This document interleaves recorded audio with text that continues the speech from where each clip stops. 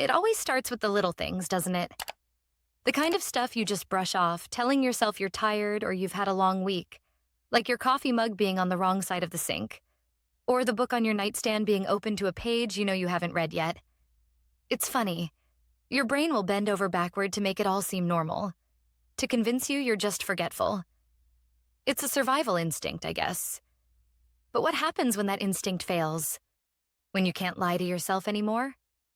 When you have to face the fact that you are not alone, even when you're the only one home.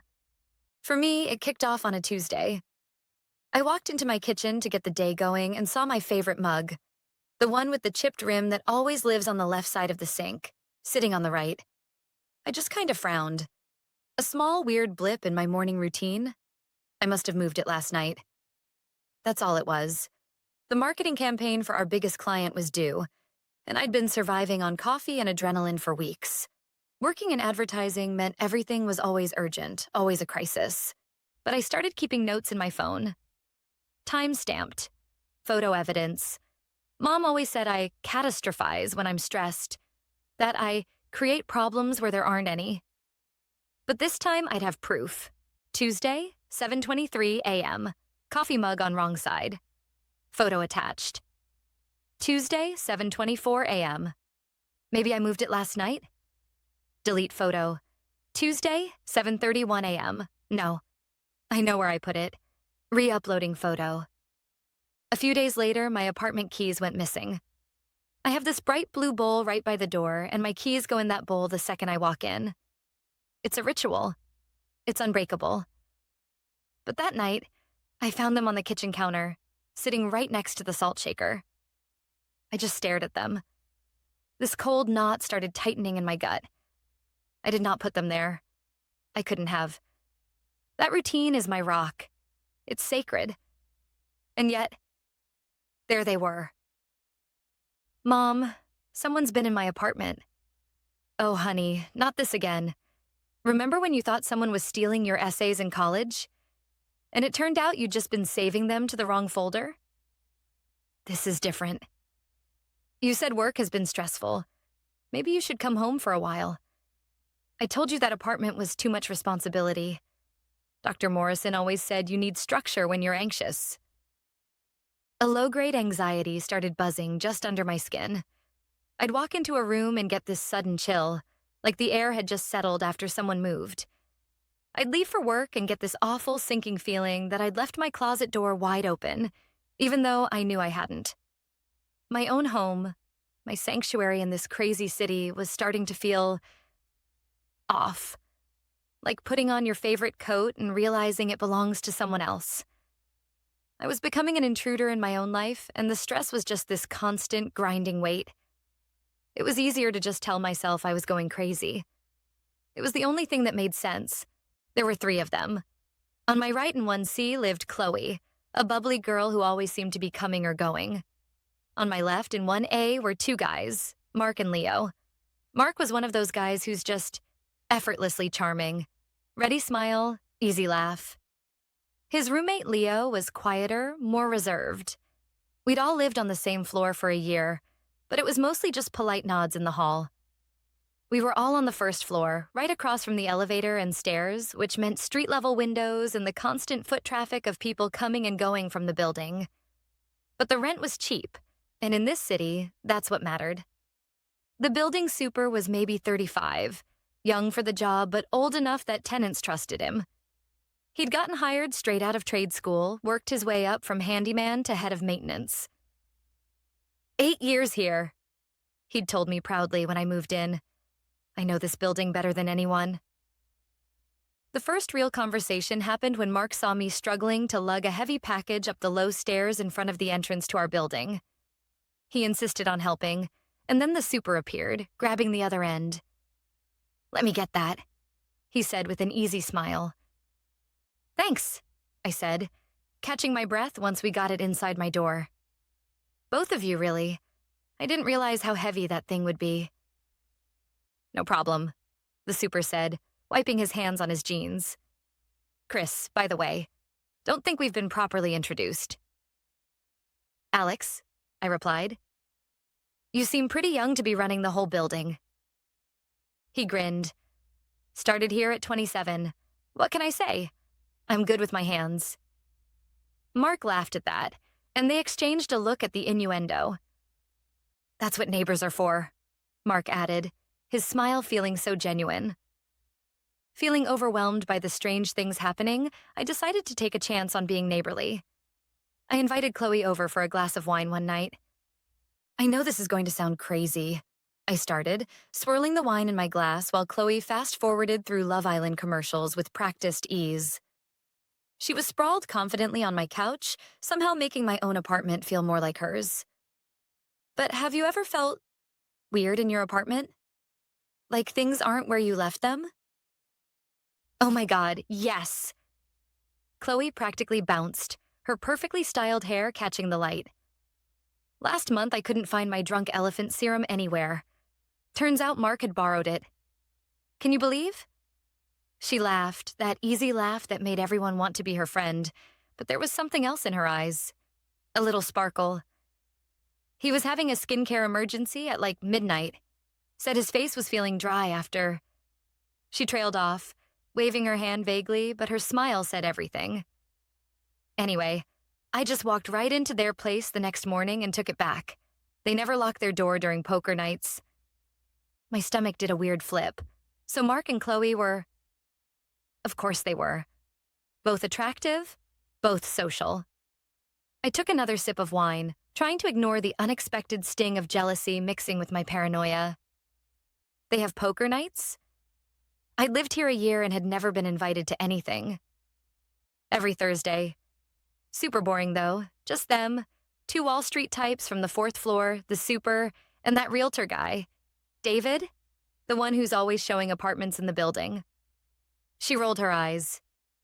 They play this weird variant with wild cards that totally changes the pot odds. Leo loses constantly, poor thing. Last week he owed the super $20. Pot odds? I raised an eyebrow. Chloe grinned. My dad was a poker dealer in Atlantic City. Trust me, the way the super deals seconds is criminal. He's definitely running some angle on those boys, but they're too proud to notice. The realtor's even worse. Keeps talking about upcoming vacancies like he knows something. She shrugged. But whatever, not my circus. Mark thinks he's some card shark because he won a tournament in college. I told her about the mug, the keys. She listened with that same focused attention she probably used to charm everyone, making me feel both heard and somehow silly at the same time. It's gotten so bad I asked the super to change my locks, I admitted, my voice barely a whisper. This place was supposed to be my fresh start after the breakup. Close enough to the agency, far enough from memories. Safe neighborhood, the realtor had promised. Great community feel. Chloe bit her lip thoughtfully. Okay, don't take this the wrong way, but remember that time at work when you thought someone was stealing your lunch? And it turned out the cleaning crew was just throwing out unmarked containers? I stiffened. I'd told her that story weeks ago, trying to be funny and self-deprecating. That was different. No, totally. I'm just saying, stress makes us all a little... She made a swirling gesture near her temple, somehow making even that look graceful. Last year, I was convinced my ex was using my Netflix because my continue watching was all weird. Turned out I'd been sleep-watching documentaries. She laughed again. We all get paranoid sometimes. My notes app had become my lifeline. Hundreds of entries now. Sometimes I caught myself deleting ones that sounded too crazy before remembering that's exactly what Mom would want me to do. You're spiraling again, sweetie. Remember what happened senior year? But I wasn't deleting anymore. Even the one about how the pattern on my shower curtain seemed different. How the vines seemed to have grown overnight, creeping further up toward the ceiling. A few days later, Chloe caught me as I was leaving. Ooh, that new curry recipe you tried last night? The whole hallway smelled incredible. I froze. I did make curry, but I'd eaten with the windows shut. Fan on full blast. I managed a tight, nervous laugh. Oh, you could smell that? Sorry if it was a bit much. She just smiled. Not at all. You'll have to give me the recipe. And hurried off, It wasn't just weird anymore. It felt targeted. Hey, speaking of the realtor, I tried to sound casual. Has David ever approached you about switching apartments, moving to a different floor? Chloe's eyes lit up. Hot David with the CrossFit body? God, I wish. I've been trying to get him to notice me at the gym for months. He's always there at 6 a.m. doing these insane tire flips. She sighed dramatically. Why, did he offer you something? Lucky bitch. He just mentioned a 7th floor unit. 7th floor? Those are pricey. I wonder how much he makes in commission. She perked up. Maybe I should accidentally bump into him tomorrow morning. Wear my good leggings. I forced a laugh. Yeah, maybe. And that's when things went from just weird to impossible to ignore. I got home from work to find my thermostat cranked down to a freezing 60 degrees. I keep it at 72. Always. After the breakup, I'd become obsessive about small controls. Thermostat at exactly 72. Keys in the blue bowl. Coffee mug on the left. Therapy said it was normal after trauma. Control what you can control. I did a slow walk through my apartment, a cold dread creeping into my bones. The conversation with Chloe echoed in my head. Had the super given them a key? Was this a message? The vintage wallpaper in my bedroom, a selling point when I'd toured the place, had this intricate Victorian pattern, interlocking vines and flowers that seemed charming at first. But lately, when I couldn't sleep, I swear I could see shapes in it. Figures, watching. I mentioned it to Chloe during one of our wine nights, trying to sound casual. Funny how patterns play tricks on your eyes. I'd laughed, pointing at my bedroom wall. She'd studied it carefully, tilting her head. Oh yeah, I totally see it. It's almost like... Yes, right there. Looks like eyes, doesn't it? Her finger traced the exact spot I'd been seeing them, the spot I'd never pointed out. Mark said the same thing about the wallpaper in their bathroom. Said it looked like faces sometimes. Men are so weird about patterns. The casual mention of Mark made my chest tight. Of course she'd been in their bathroom.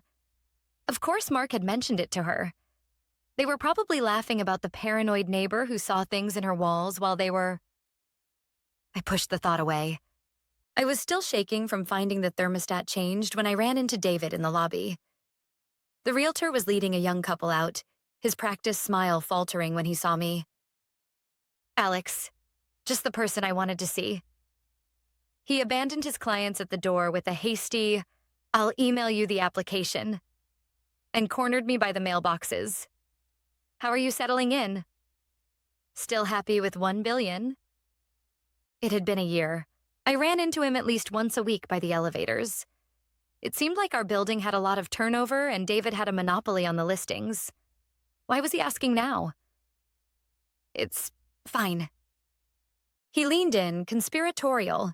That cologne, same one he'd worn during my tour, but it seemed stronger now, suffocating.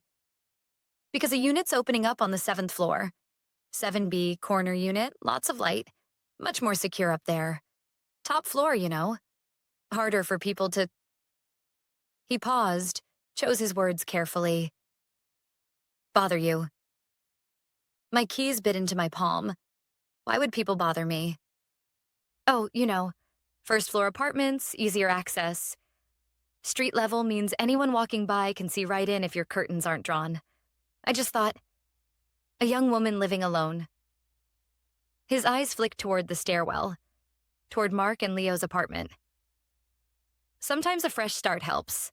The current tenant in 7B, she's leaving quite suddenly. Job opportunity. He said it like he was reading from a script. He dug into his pocket and pulled out a wad of keys on a ring and jangled them enticingly. I could give you a tour right now. She said I could show the place anytime this week while she's in London. I'm not looking to move. Of course not. Too quick. Too bright. But if you change your mind, stress of city living and all that, I could make it happen fast. Sometimes people need to relocate quickly. I understand that. He pressed his business card into my hand even though I already had one. My cell's on there.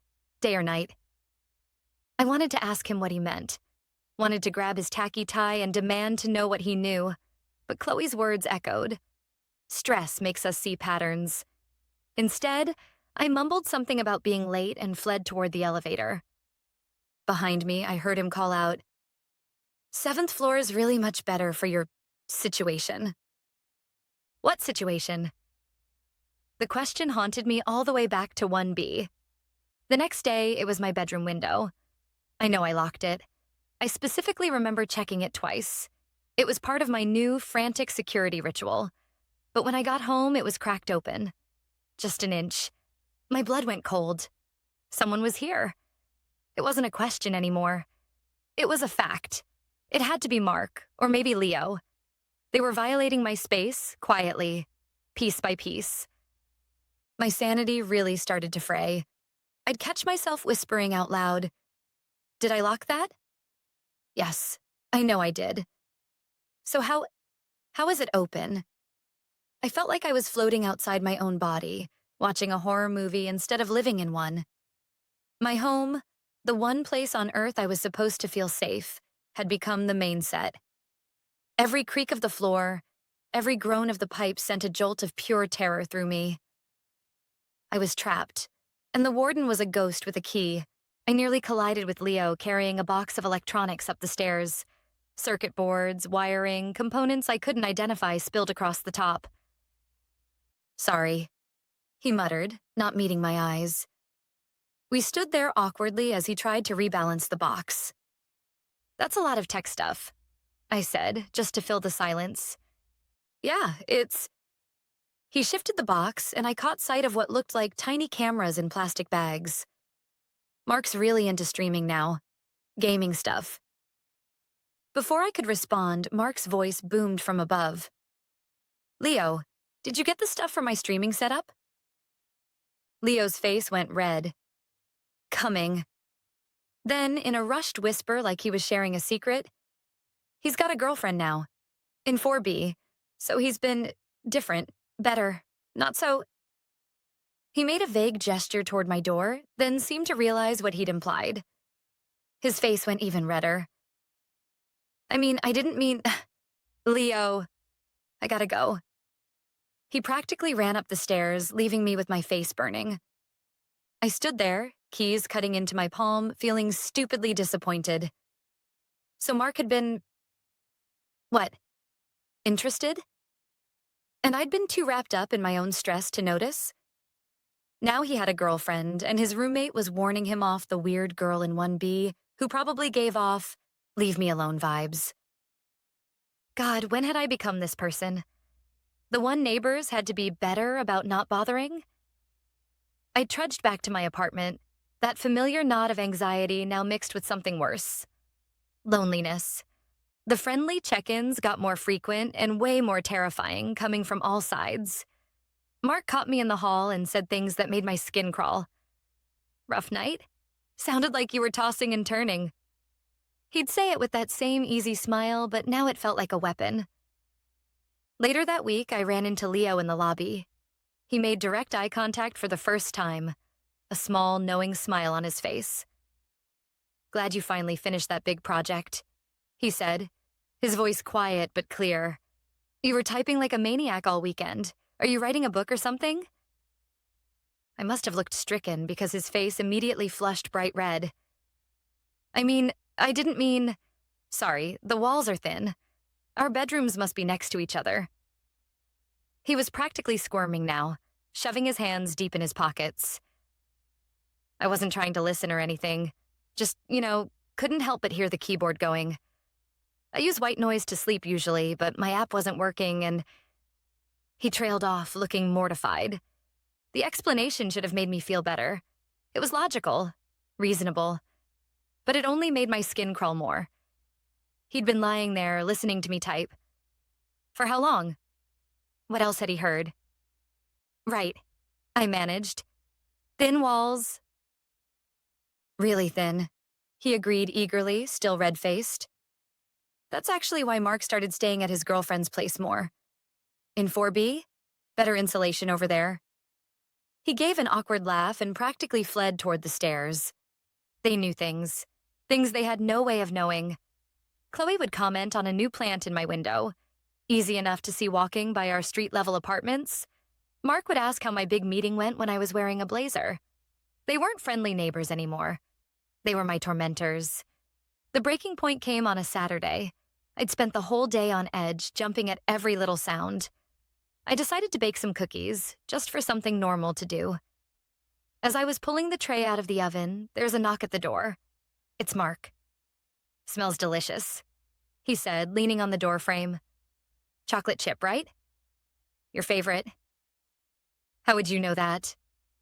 The words came out sharper than I intended, but I was past caring. Mark's face fell, his hands coming up in a defensive gesture. "Whoa, sorry. You're like the only one around here who actually cooks. The smell's been driving me crazy all afternoon. I didn't mean—" He backed away slightly, looking genuinely hurt. "I was just trying to be neighborly." For a second, I almost believed him, almost felt bad. But then I remembered all the other comments, all the things he shouldn't know. My hands were shaking as I gripped the door. "I need to go." "Alex, did I say something?" I shut the door in his face, my whole body trembling. The warm cookies on the counter did nothing to chase away the ice that had settled deep in my bones. I didn't sleep that night. I just sat there in the dark, thinking. I was done being the victim. I couldn't live like this anymore. A prisoner in my own apartment, questioning my own mind. I needed proof. This wasn't about paranoia anymore. It was about survival. I spent that sleepless night researching. If I was going crazy, fine. But if I wasn't, I needed proof. I pulled up articles about home invasion, stalking, surveillance. My marketing brain kicked in. This was just another problem to solve, another campaign to strategize. By dawn, I had a plan. I started simple. A single strand of my own hair taped across the bottom of my bedroom door. Invisible unless you knew to look for it. If someone opened the door, they'd break it. Next, my laptop. I balanced a pen on the screen, took a photo of its exact position.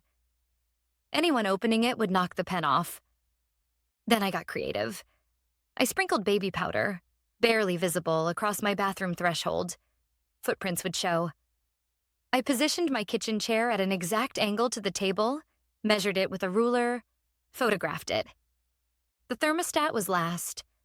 I took a photo showing 72 degrees, then I hid a tiny piece of tape on the dial. If it moved, the tape would shift.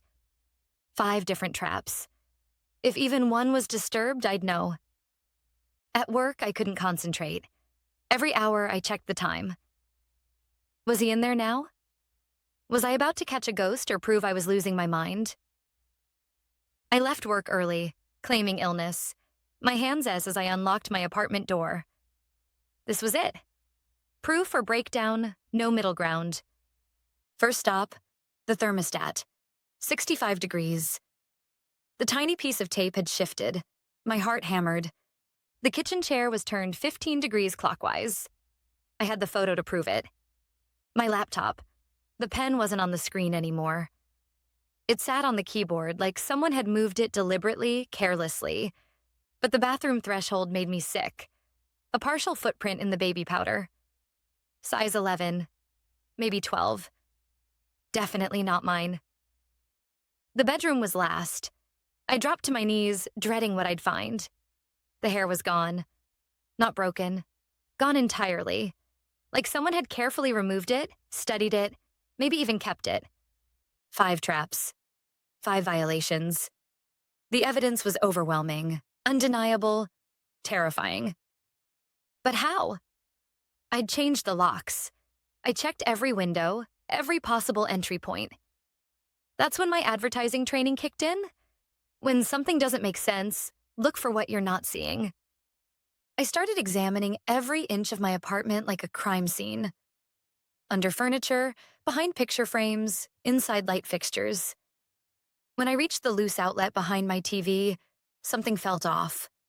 The screws were too clean, too recently handled. When I popped off the cover and saw that tiny lens staring back at me, everything clicked into place. The wires snaking through a hole in the drywall, leading straight into Mark and Leo's apartment. He hadn't been breaking in. He'd been watching the whole time. This frantic energy just took over. It wasn't just about knowing. I had to know how. How was he getting in? I ripped my apartment apart. I checked every single window, every lock. Nothing. The spare key was still in its hiding spot. I was spiraling, panic rising up in my throat when my eyes landed on the power outlet behind my TV. It always looked a little loose. My fingers shaking, I pulled on the plastic cover.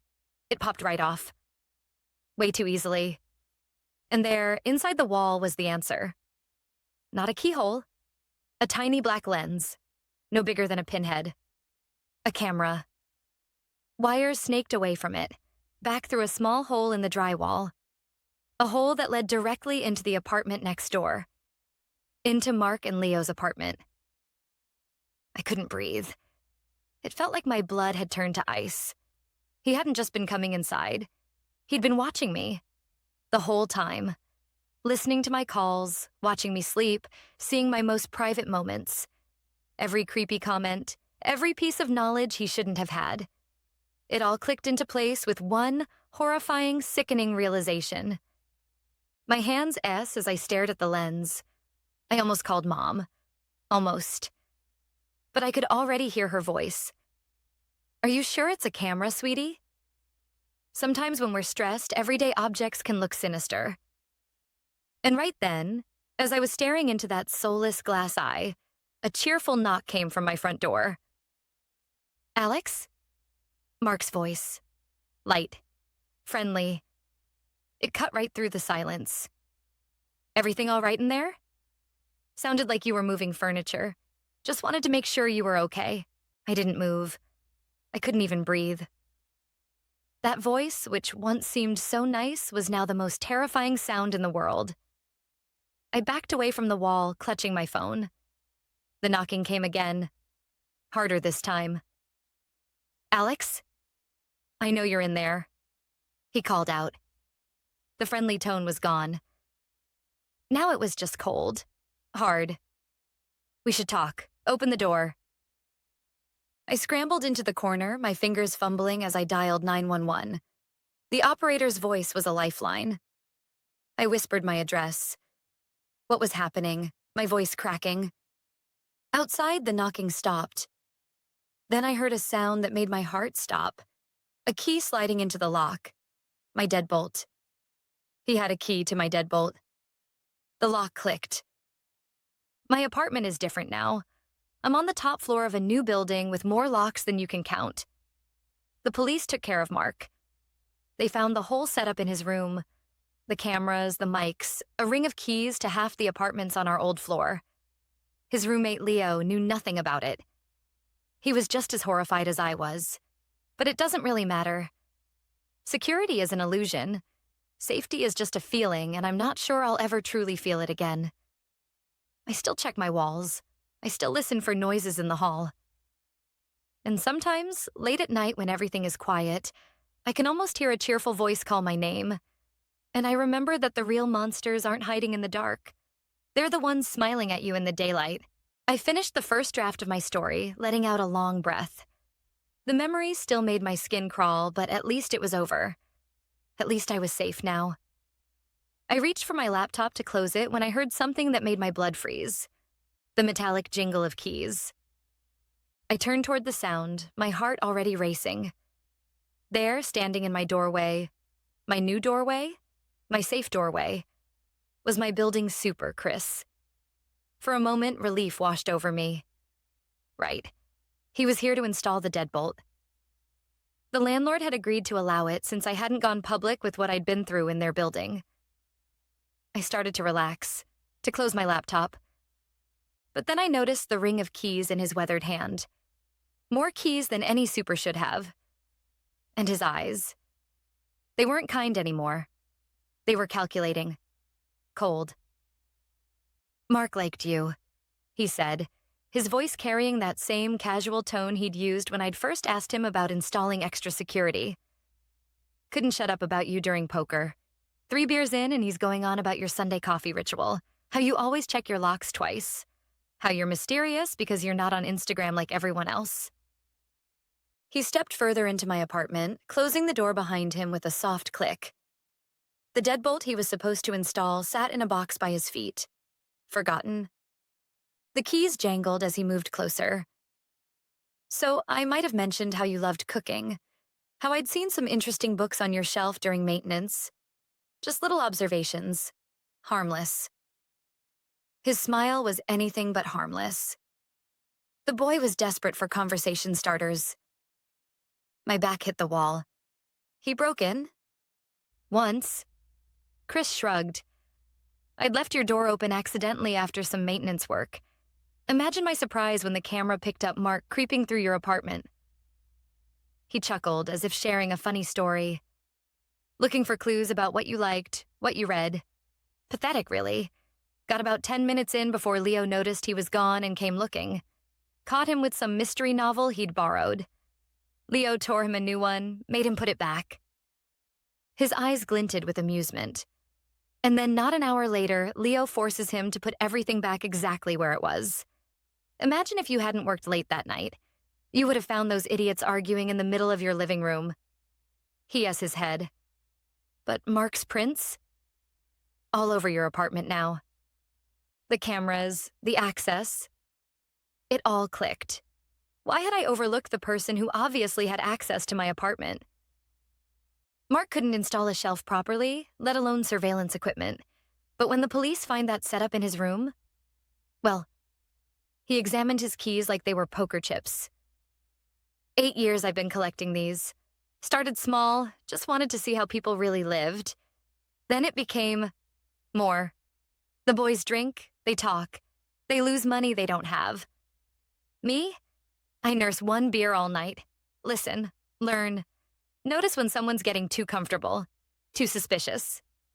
So your friend Chloe, she cornered me in the laundry room after I'd told you it'd be a few days to get in a new lock. Insisted I do it on a rush for you. Said you were stressed. Getting paranoid. He's his head with mock sympathy. Poker player's daughter, knows the tells. Too many connections. But you? Quiet. Isolated. Perfect. He stepped closer. Mark was already the perfect fall guy. Broke in once, obsessed with you. His fingerprints everywhere. All I had to do was plant my keys his room and install 1 camera behind your outlet going into their living room. Better him than me. Poor Leo, he was always a good guy. Now he's breaking his lease and moving back home. Can't afford the rent on his own and would let David find him another roommate. Thinks he was living with a stalker. Let him think that. Easier for everyone. He held up the keys, letting them catch the light. But this deadbolt you wanted installed in your new place? He's his head slowly. This won't work for me. I wasn't safe. I had never been safe. And now I understood that I never would be.